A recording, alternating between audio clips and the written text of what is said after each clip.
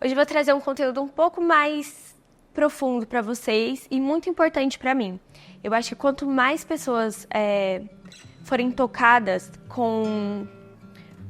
pela minha experiência, e não só a minha, mas de todo mundo que vive um processo como esse, mais legal e melhor o mundo vai ser. Porque eu acho que o autoconhecimento é o caminho e a gente está nesse mundo para evoluir.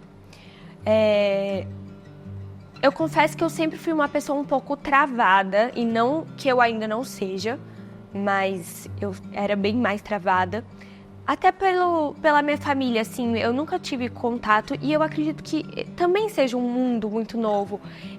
Até eu estava fazendo constelação esses dias e aí eu falei, é engraçado porque não existia terapia antes. A terapia vem da nossa geração, de uma geração um pouco... Então a terapia veio para essa geração, para agora. A gente vai começar a colher os frutos a partir de agora para depois, não de quem veio antes. Apesar de ser um pouco travada, eu sempre fiz terapia. Pra quem não sabe, meus pais se separaram. Na primeira vez eu era criança, tinha uns 11 anos, eu acho. E aí eles voltaram. Numa segunda vez, eu já era mais velhinha, assim, tinha uns 15 anos, digamos assim. Então, durante esse processo, meus pais sempre me incentivaram a fazer terapia. Minha mãe sempre fez terapia, inclusive. E aí, para evitar qualquer trauma da separação, eu fiz e foi muito bom pra mim. Mas eu queria dizer que não é só a terapia, gente. Tem muita coisa hoje em dia pra gente evoluir, pra gente crescer. E aí eu fui empurrando com a barriga, o Davi também. Porque é muito bom no começo do relacionamento, porque a gente tá apaixonado e a paixão é linda, tudo tá lindo. E quando a paixão vai embora e ela vai embora, é aí que o amor fica. Acho que eu vi isso em algum lugar. Mas eu acredito realmente nisso. Nos primeiros 1 ano e meio, 2 anos, a gente vive apaixonado, tudo tá bom, tudo tá lindo, a gente faz declaração de amores e romantiza tudo. Mas e quando passa? E aí foi nesse momento que a gente já tava para dar um passo mais sério na nossa vida. Inclusive foi ano passado, no nosso casamento, que a gente teve uma primeira conversa muito difícil e muito profunda.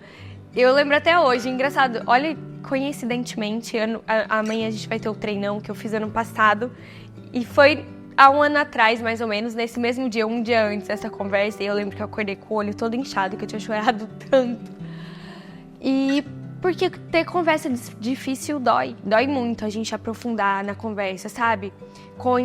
Assumir nossos defeitos e as nossas responsabilidades. E aí o Davi me posicionou que não dava mais pra gente ficar na superficialidade, ou a gente aprofundava ou não ia dar certo, porque a gente tinha que aprofundar. E eu falei, caramba, é mesmo. Só que realmente eu precisava desse empurrão, porque, como eu falei, eu era mais travada pra isso, o Davi já era mais... Já tinha tido mais contato com todo esse mundo do autoconhecimento, e ele falou, cara, eu quero que você faça um processo que eu fiz, que foi o primeiro que eu fiz na minha vida, que se chama Processo Hoffman, que foi o mais incrível que eu já fiz. E eu falei, tá bom, vou fazer. Mas isso, a gente conversou há um tempo, e aí se passaram alguns meses, e ele falou, pelo menos, eu quero que você faça até dezembro, então eu tinha um prazo pra fazer. E aí eu falei, meu Deus, tá chegando o final do ano. Aí o processo acontece uma vez por mês, aqui perto de São Paulo. Eu olhei as datas, escolhi uma data aleatória, falei, essa eu posso ir, eu vou. E começou o processo antes de eu ir. Foi muito difícil, principalmente porque a gente tenta se sabotar muito. O nosso ego tenta nos proteger e pra gente não passar pelo que a gente tem que passar, sabe? E aí, eu lembro que quando você faz a inscrição lá, a gente recebe uma tarefinha de casa, que tem 50 páginas.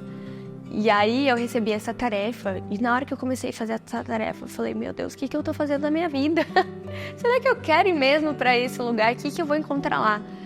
E aí, eu comecei a fazer essa tarefa, e lá a gente já começa a ganhar muita consciência de várias coisas da nossa vida, desde a nossa infância, aliás, desde quando a gente tá na barriga da nossa mãe e da convivência com nossos pais, enfim. Foi uma tarefa bem difícil de fazer, assim, dolorosa também, mas eu fiz. E aí eu lembro, olha que engraçado, a gente faz tudo pra se sabotar. Aí eu fiz essa tarefa, gente, inteira, assim, faltavam 3 páginas pra eu terminar e eu tinha um prazo pra entregar. E aí eu tava fazendo pelo iPad do Davi, e aí eu lembro que eu estava com o iPad dele na mão, peguei um Uber um dia antes de eu ter que entregar essa tarefa, e eu esqueci o iPad dentro do Uber, com a minha tarefa. Gente, eu fiquei desesperada, por vários motivos. Primeiro que eu tinha esquecido o iPad do Davi, meu Deus, o trabalho dele, todo lá, liguei pra ele chorando. E a segunda coisa era, e a tarefa toda que eu tinha feito, que foi super dolorosa, que eu demorei dias pra fazer, estava tudo lá. Enfim, consegui recuperar o iPad, o Uber foi super gente boa. E aí mandei a minha tarefa um pouco atrasada. Ah, vocês não sabem, tem mais um detalhe. Quando eu peguei o iPad de novo e fui abrir e falei, pronto, só vou refazer as 3 páginas que faltaram e vou enviar essa tarefa e fim, já recuperei, vida que segue. Quando eu abri o iPad, eu tinha perdido toda a tarefa, eu tinha apagado, simplesmente apagado. Parece coisa do destino, mas foi muito bom eu refazer 2 vezes, porque parece que eu aprendi. Tipo, na primeira vez, quando a gente bate o olho num livro a primeira vez, a gente tem uma percepção, né? Mas quando a gente lê pela segunda vez, a nossa percepção já é outra, a gente vê coisas que a gente não tinha visto. Então eu acho que tudo tem um porquê, e aconteceu isso comigo porque eu realmente precisava passar por isso 2 vezes. Esse processo é um processo que dura 1 semana, você fica com um grupo fechado, sem celular, sem contato com o mundo externo, sem nada, você com pessoas que você nunca viu na vida. E eu cheguei morrendo de medo, gente, morrendo de medo. Até cheguei a passar meio mal na primeira noite de tanto medo que eu tava de me abrir, de parar de ser travada desse jeito, de me abrir pro novo, sabe? De deixar o velho pra trás. E foi uma loucura, foi a semana mais doida da minha vida. Mas é a melhor semana também. E a mais difícil também. Lá a gente trata das nossas dores e dos nossos padrões que todos nós carregamos. Não tem uma pessoa que não tem um padrão, positivo ou negativo, dos nossos pais. Então a gente passa por tudo isso lá dentro, desde a nossa barriga. Desde a barriga da nossa mãe, aliás.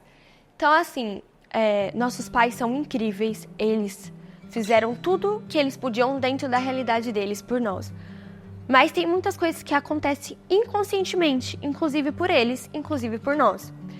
Acontece que nós, bebês, crianças, esperamos ser amados incondicionalmente.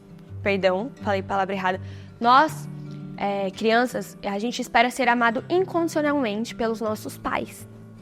E aí, o que acontece? Ninguém nos ama incondicionalmente. É uma mentira isso. A única pessoa que nos ama incondicionalmente é Deus. E a gente espera disso dos nossos pais. E aí, o que acontece? A gente se frustra. Porque esse amor vem de outro lugar e não vem dos nossos pais. Porque eles nos amam condicionalmente. Eu te amo se você for bom na escola, se você for um bom filho, se você isso, se você aquilo. E aí, isso acontece com todo mundo, viu? Não tem uma pessoa que não passa por isso, porque você pode falar, meus pais foram maravilhosos. Mas